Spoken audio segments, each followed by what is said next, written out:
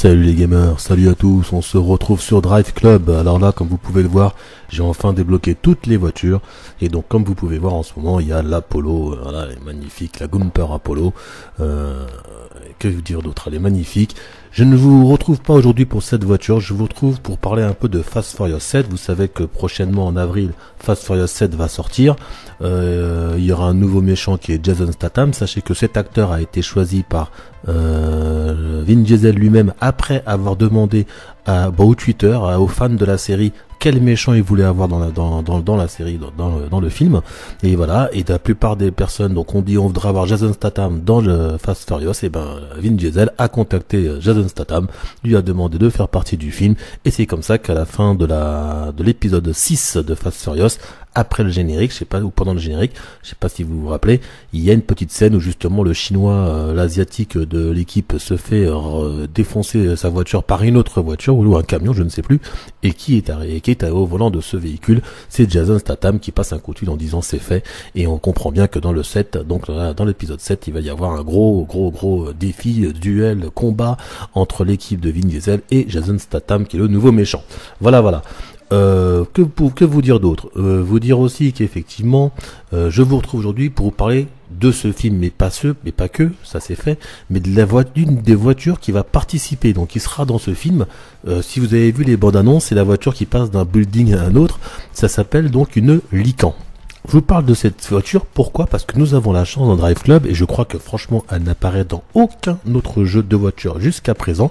Nous avons la chance d'avoir cette voiture dans Drive Club. Alors c'est un des avantages de Drive Club, c'est un peu l'avantage qu'a la série Forza. Je trouve qu'ils ont des voitures très récentes, des voitures très modernes, et en plus des prototypes, des bombes, etc. et tout. Et pour parler donc plus précisément de cette W Motors Lycan Hypersport, et W Motors étant le constructeur qui produit cette voiture. Donc cette voiture donc est libanaise. Voilà, une fois n'est pas coutume. Moi, premièrement, je sais plus parler, je suis vraiment désolé.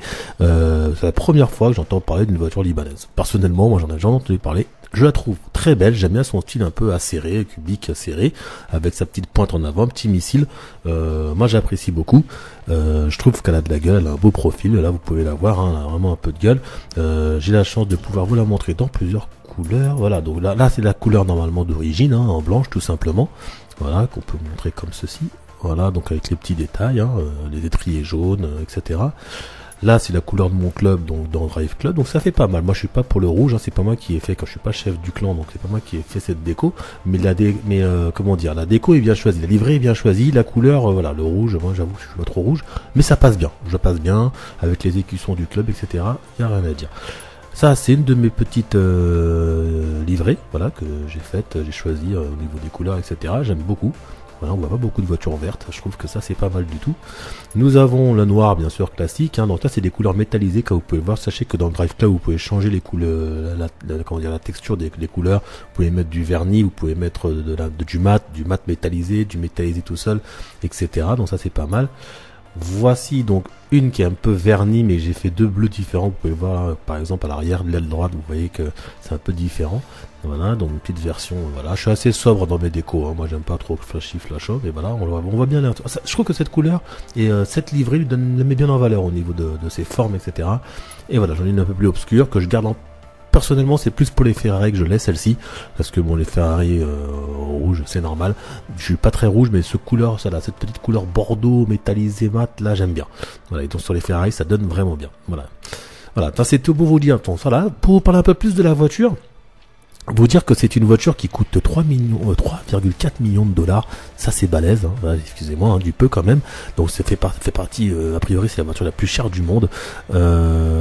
Donc sachez que par exemple les feux sont donc les feux à LED bien sûr, mais avec des diamants incrustés, des surpiqûres en or, en fil d'or, c'est des ouf, sérieux. C'est là ils ont mis un truc, voilà. L'instrumentation est digitale, écran tactile en carbone. Elle a donc 750 chevaux, c'est Ruff. Vous connaissez maintenant, ceux qui connaissent les voitures connaissent Ruff, qui est le préparateur un peu Porsche, on va dire. À côté de Porsche, donc c'est Ruff qui fournit le moteur, un flat 6, moteur Porsche de 750 chevaux avec 1000 Nm de poussée. Je vous promets qu'elle doit défoncer. Elle fait le 0 à 100 en 2,8 secondes et elle a une vitesse maximale de 395 km/h. Voilà, excusez-moi, hein, mais là, ça rigole pas. À savoir aussi qu'il n'y a que 7 exemplaires. Oui, il n'y en a pas beaucoup, vous voyez. Donc en même temps, c'est ce qui fait l'exclusivité. Hein. Donc je pense que la personne qui va avoir ce genre de voiture sera presque seule dans son pays à l'avoir, vu qu'il n'y en a que 7. Donc ça va être rapide. À part si par exemple, ils prennent les 7 dans les Émirats Arabes, par exemple, au Qatar, etc. Donc voilà. En tout cas, c'était pour vous dire. Maintenant, effectivement, j'ai aussi, je vais faire une petite vidéo quand même de la voiture en elle-même en pleine, comment dire, en pleine action. Alors, est-ce que je la fais maintenant ou est-ce que je vous fais une vidéo à part? Allez, je me dis, vous méritez quand même de la voir un petit peu en action, donc voilà. Hop, on va voir si ça peut le faire. On va aller sur le nouveau circuit. Alors, sachez qu'au Japon, en ce moment, il y a un nouveau circuit. Voici, qui s'appelle Kobago. Kobago, voilà. Donc, attention, il y a un peu de virage, il faudra être prudent. Tac, allez, tac. Alors, ce que je fais n'importe quoi. Voilà, voilà. Donc je vais la prendre bleue, je crois, parce que franchement, je trouve qu'elle a vraiment elle ressemble à quelque chose, hein, ou verte ou bleue. Allez, on la prend bleue. C'est parti.